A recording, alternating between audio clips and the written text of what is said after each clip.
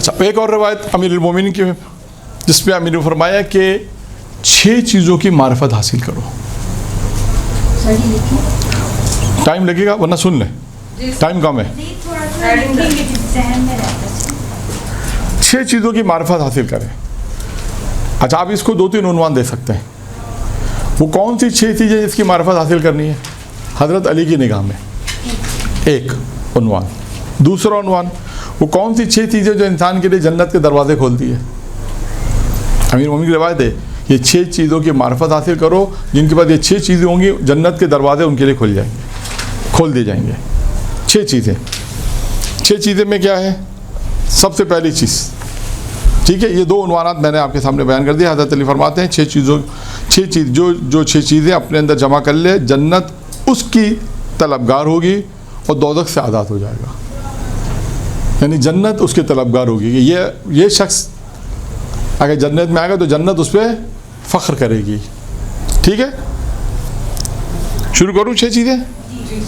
Number 1، جو کوئی بھی خدا کی معرفت حاصل کرے. پہلی چیز کیا ہے؟ جو خدا کی معرفت حاصل کرے اور اس کی اطاعت کرے. نمبر 1. اب آپ دیکھیے نمبر 1 میں معرفت خدا ہے، اور جب معرفت خدا حاصل ہو جائے تو اس کی اطاعت واجب ہے، اطاعت کرے. اب آپ اس ایک جملے میں سب کچھ آ گیا. اب دیکھیں یہاں پر معرفت خدا سے کیا مراد ہے؟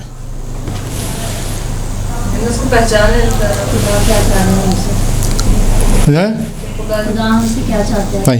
کائنات کے ہر مظہر سے ہمیں اللہ محسوس ہو، خدا کی وحدانیت، اس کی رحمت، ہر عمل سے، ہر چیز.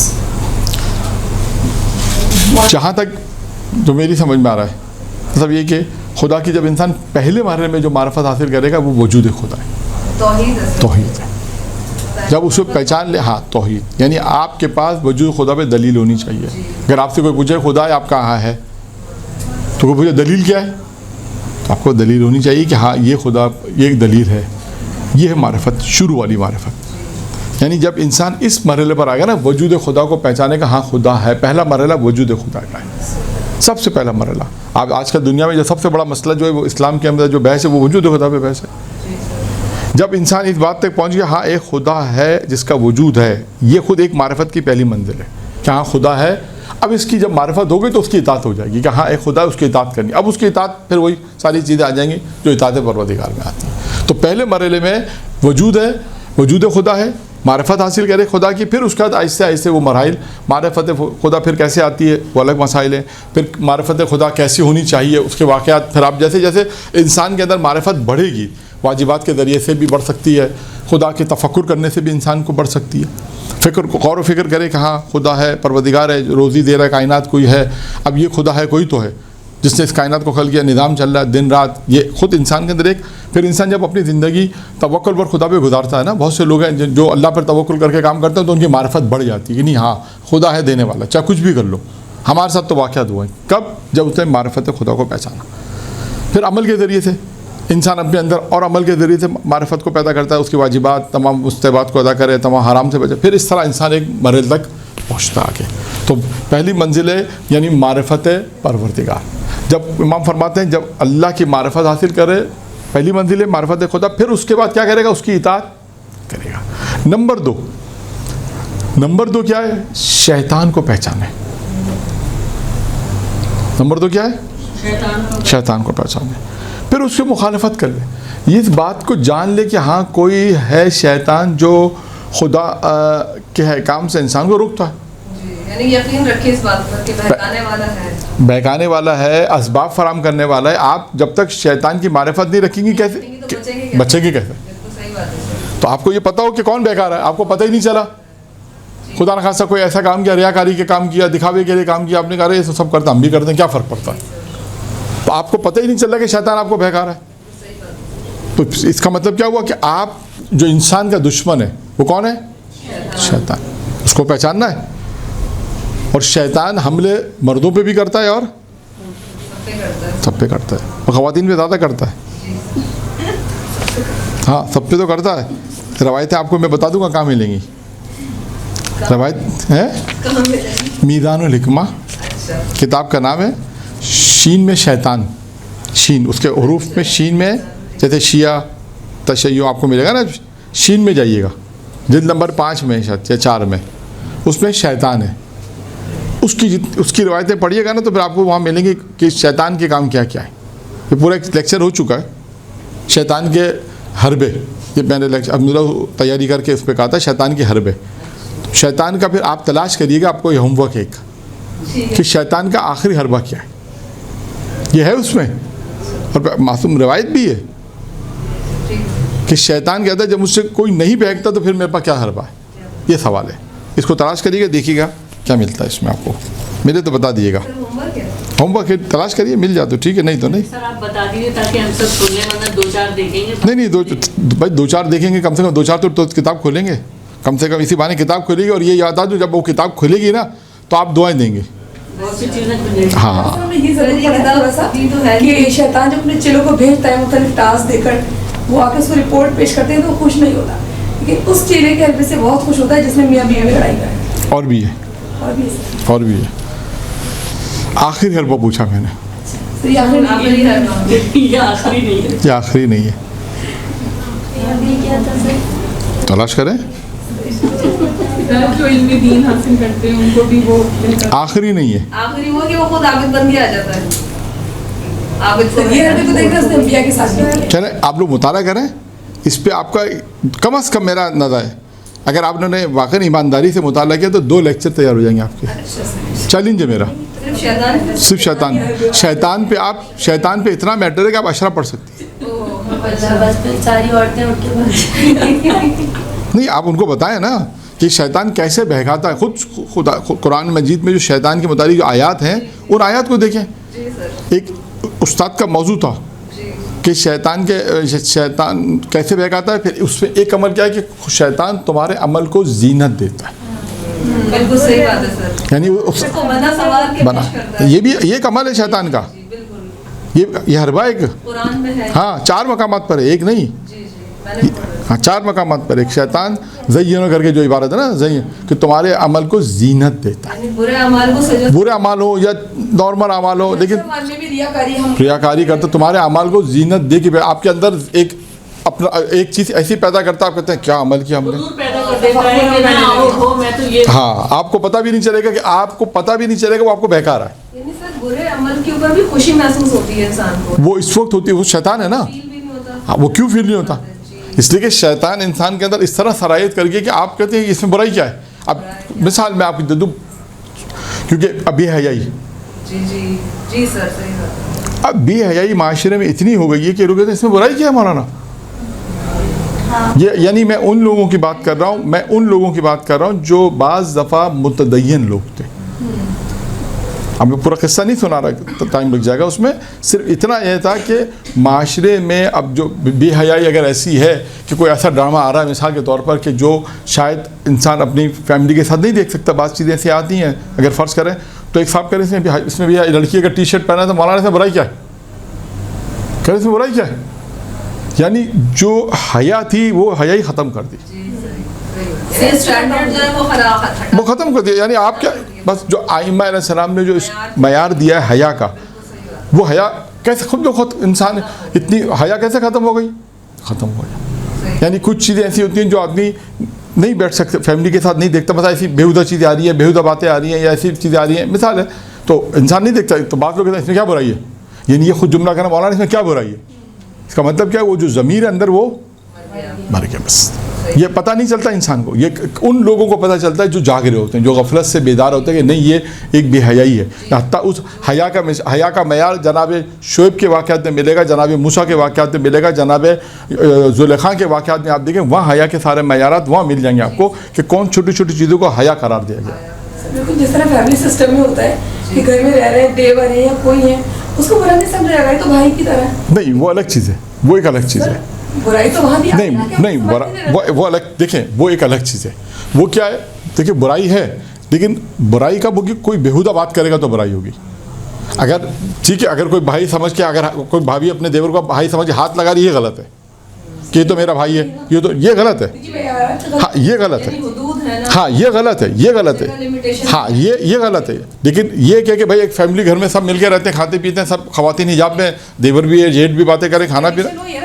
ہاں لیکن نہیں, حجاب میں دیکھیں, حجاب میں ہے تو کوئی پرابلم, لیکن اگر کوئی یہ کہے مثال کے طور پر کہ اس میں اگر بے حجاب بیٹھیں تو کیا برائی ہے, یہ بےہودگی. میں یہ کہنا چاہ رہا ہوں کہ اگر کوئی کہ بے حجاب بیٹھے ہیں تو کیا برائی ہے. جیسے ہمارے یہاں ایک جملہ کہا جاتا ہے کہ بڑی بھابھی جو ہے ماں کے برابر ہے, چھوٹی بھابھی بہن کے برابر, چیپٹر کلوز ہو گیا. یہ میں نے بہت جملہ سنا ہے کہ بڑی بھابھی تو ماں کے برابر ہوتی ہے اور چھوٹی بھابھی بہن کے برابر ہوتی ہے, تو چیپٹر ہی حجاب کا چیپٹر ہی کلوز ہو گیا. اگر ایک فیملی بہت سے لوگ رہتے ہیں, کھانا پینا دیکھیں, دیور بھی ہیں, جیٹ بھی ہیں, کوئی مشکل نہیں ہے, باتیں بھی کر رہے ہیں, ہنسی مذاق بھی, بہت ہنسی مذاق جو ایک ہوتا ہے معاشرے میں ہو رہا ہے, کوئی برائی نہیں ہے. لیکن خدا نخواستہ چلے جوائنٹ فیملی میں کوئی حجاب ہی نہیں ہے, بے حجاب ہے, اور کوئی کہہ رہے تھے برائی کیا ہے, یہ غلط ہے. اگر کوئی یہ کہہ رہے اس میں برائی کیا ہے, یہ تو بہن ہے, یہ تو بھابھی ہیں, یہ تو ہماری نگاہیں. اچھا پھر آج کل ایک ہمارے آتا ہے آنکھوں کا پردہ ہونا چاہیے, یہ بھی بڑا مسئلہ ہے. اب جو ایسے ہی آنکھوں کا پردہ, آنکھوں کا کیا پردہ ہوتا ہے بھائی, ہاں یہ شیطان کی حرب ہے. یہ اسلام میں ہے ہی نہیں کوئی آنکھوں کا پردہ, تو کوئی آنکھوں کا پردہ ہی نہیں. ہماری ایک اور یہ بھی ایک بات آتی ہے, بھائی مولانا ہماری تو نیت اچھی, آنکھوں کا پردہ ہونا چاہیے. آنکھوں کا پردہ کوئی ہے ہی نہیں, نیت اچھی ہونی چاہیے, خدا خاصا نیت بری نہ ہو. انسان گھر میں رہتا ہے, سب بھائی بہن دوست جو بھائی بہن رہتے ہیں, اگر جوائنٹ فیملی سسٹم میں نامحرم رہ رہے ہیں ساتھ, تو ان کا اپنا ایک سسٹم ہوگا کہ جس میں وہ حجاب رہے, تاکہ ہاں لمیٹیشن رہے حجاب میں, تاکہ وہ چیز نہ رہے. اسلام نے جو حدود دی ہیں اس کے ساتھ رہے, بہترین طریقے سے رہے اس میں. کیونکہ اصل وجہ یہ کہ ہماری کیونکہ عادت نہیں ہے, جس کی وجہ سے ہمیں مشکل پیش آتی ہے. اگر ایک ماحول میں آج اپنے بچوں کی تربیت کر لے, آج سے مثال کے طور 5 سال, مثال جو بھی بچے 5 سال کا اسکارف پہنا ہے, 6 سال 8 سال 9 سال بالغ ہو گئی, اسکارف پہنا ہے, مجلس میں جا رہی ہے, درد اس کو سمجھائے نہ محرم محرم. اب جب وہ جس کی شادی ہوگی, جس گھر میں جائے گی, وہ کہے گی نہ محرم ہے. جی بالکل صحیح بات ہے سر, یہ کہتے سیکھتے ہیں بچے. ہاں, تو اب یہ تربیت ہوگی تو وہ وہاں جا کے مسائل حل ہوں گے نا. جب یہی تربیت نہیں ہے, 10 سال کی بچی 15 سال کی بچی کو کہتا ہے یہ تو اگر روزہ رکھتے ہو. اب میں خود ایک بہت پرانی بات بتا رہا ہوں, جب میں کوئز کر رہا تھا ایک زمانے میں, بہت ایک جگہ شہر کا نام چلا کے نام لے رہا ہوں, وہ چھوٹی بچیاں بھی آ گئیں, بچیاں تھیں 10 سال کی 11 سال کی, بے حجاب, ان کو تو حجاب کا پتہ ہی نہیں تھا. تو کسی نے کہا صاحب ان سے سوال پوچھا, میں چلو پوچھ لیتے سوال. میں پوچھا, میں نے کہا روزہ رکھتی ہو, کہہ رہے نہیں. میں نے کہا تم پہ تو واجب ہے, 11-12 سال کی ہو. کہا ماں باپ کہتے ہیں روزہ رکھو گی تو مر جاؤ گی. بچے جھوٹ نہیں بولتے, اور حجاب بھی نہیں تھا. اب ان 11 سال 12 سال کے بچوں کو کون تربیت کرے گا, ماں باپ تربیت کریں گے.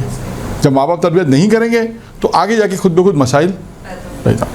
تو یہ سلسلہ شروع سے چلے, گھر سے چلے گا, جب چاہے وہ بچے ہوں چاہے وہ بچیاں ہوں, جب تک اس کی تربیت اس مرحلے تک کہ اگر اس کی شادی ہوتی ہے. اور سب سے ایک مسئلہ, جو بڑا مسئلہ بھی بات روایت مکمل کر لوں, ایک بہت بڑا مسئلہ جو ہے کہ وہ یہ بھی ہے کہ آپ نے اگر ایک لڑکی کی تربیت کر لی اچھی, اب آپ کے لیے ایک سب سے بڑا مسئلہ کیا ہے کہ آپ کو ایسا گھرانہ نہیں ملنا جہاں پہ یہ حجاب کر سکے.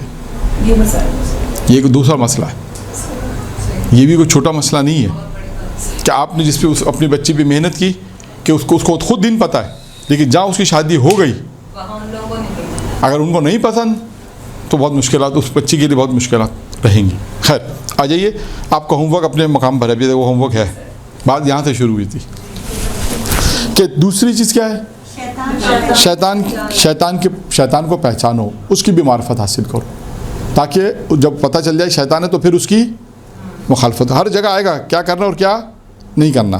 6 چیزوں کی معرفت ہے. 6 چیزوں میں پہلی خدا کی معرفت, دوسری شیطان کو پہچانو.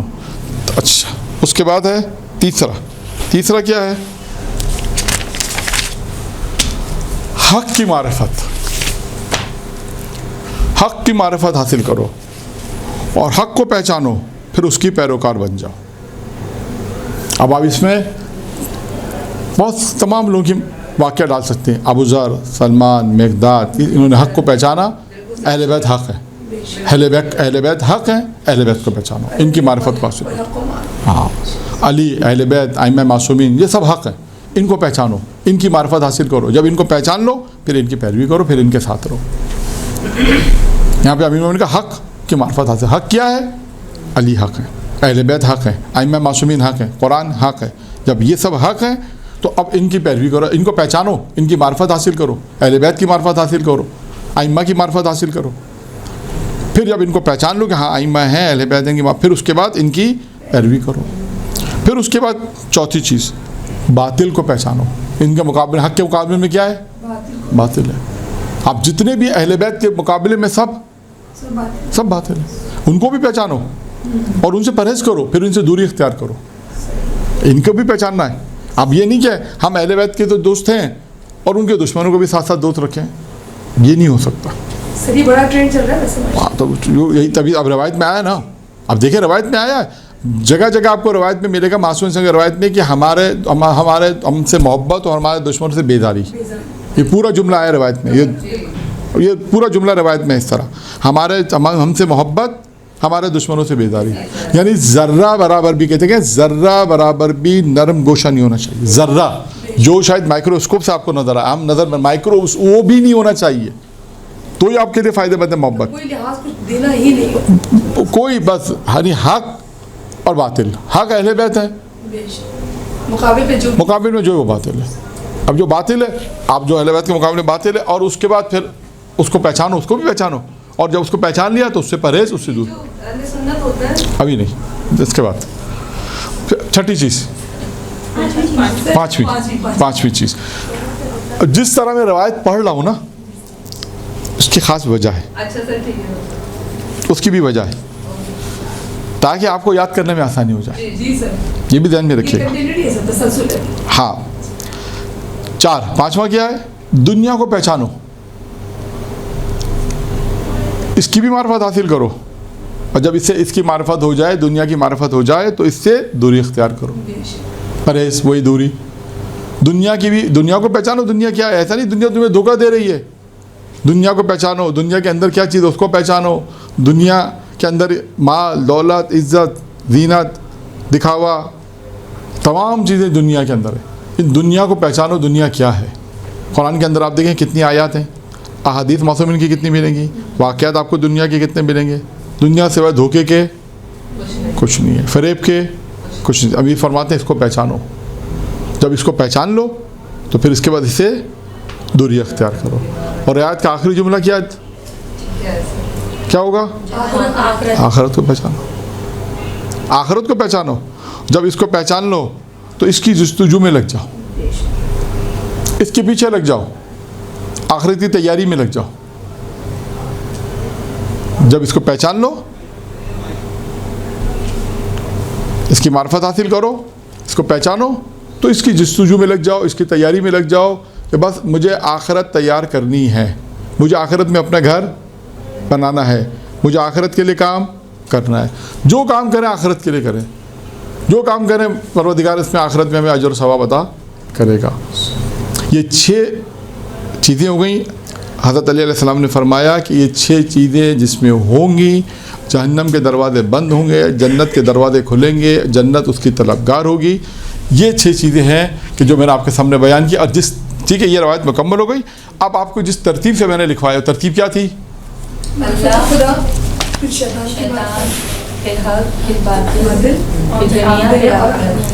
یعنی آسان 3 چیزیں آپ کو یاد کرنی ہے, 3 خود بخود یاد ہو جائیں گی. خدا کے مقابلے میں کون ہے؟ حق کے مقابلے میں کون ہے؟ دنیا کے مقابلے میں کون ہے؟ ختم. یہ مجلس تیار ہو گیا آپ کی, ایک درس بھی تیار ہو گیا, تیار. یہ ہے طریقہ کار, اس کا یاد کرے گا آسان. آپ 3 چیزیں یاد کریں, 3 اس کے مقابلے میں خود بخود ہو جائیں گے. تو یہ روایت امیر محمد السلام کی روایت تھی جو میں نے مکمل فرمائی. 2 روایتیں آج آپ کے درس میں حضرت علی علیہ السلام کی بیان فرمائی.